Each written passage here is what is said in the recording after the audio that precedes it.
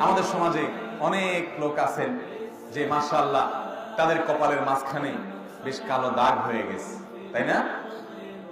এই দাগ হয়ে গেলে এই লোকটা খুব নেককার, পরেজগার, মুত্তাকি, এটা প্রমাণ? নাকি একজন মানুষ নামাজ কালাম পড়ে কিন্তু হয়তো তার কপালে দাগ হয় নাই, তাইলে এই লোকটার নামাজ কবুল হলো না, লোকটা ভালো মানুষ না, এরকম কি? এটার উত্তর হলো, দেখেন আল্লাহ রাব্বুল আলামিন কোরআনে কারীমে একটা আয়াতের মধ্যে আল্লাহর নেককার বান্দা, আল্লাহর প্রিয় মানুষদের, সেই সোনালী যুগের সোনালী মানুষদের প্রশংসা করতে গিয়ে আল্লাহ বলেছেন সীমাহুম ফি ওয়ুজুহিহিম মিন আসারিস সুজুদ, তাদের সিজদার যে আলামত এটা চেহারার মধ্যে ফুটে ওঠে। সিজদার আলামত কোথায় ফুটে ওঠে? চেহারার মধ্যে ফুটে ওঠে।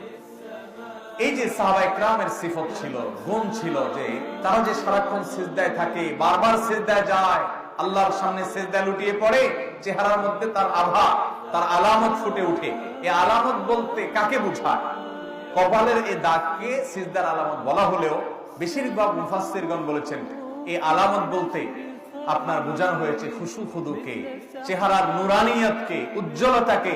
একজন কালো মানুষ হয়তো তার কপালে সেই মাঝখানে দাগও নাই, কিন্তু তার চেহারার মধ্যে নুরানি একটা আভা ঈমানদাররা অনুভব করে, ফিল করে। বিশেষ করে কিয়ামতের দিনে অজুর অঙ্গগুলো যেরকম জ্বলজ্বল করে জ্বলতে থাকবে, এরকম সিজদার অঙ্গগুলোতে আলাদা উজ্জ্বলতা থাকবে, সেই আলামতের কথা বলা হয়েছে। এছাড়া কখনো কখনো এমনও হয় যে বারবার সিজদা দিতে দিতে কোনো মানুষের কপালে দাগ হয়ে যায়। যদি সিজদা দিতে দিতেই এই দাগ হয়, অন্য কোনো কারণে না হয়, এটা তার জন্য ভালো। কিন্তু এর মানে এই না যে কপালে কালো দাগ হলেই লোকটা ফেরেশতা আর না হলে লোকটা ফাসিক, এরকম হিসাব করার কোনো কারণ অনেকের চামড়ার সমস্যার কারণে দেখা যায় অল্প ঘষাঘষিতেই দাগ পড়ে যায়। অনেকের চামড়া আবার দেখা যায় এরকম সমস্যা নাই, তিনি অনেক বেশি সিজদা দেন, আরো লম্বা সিজদা দেন, কিন্তু তার দাগ হয় না।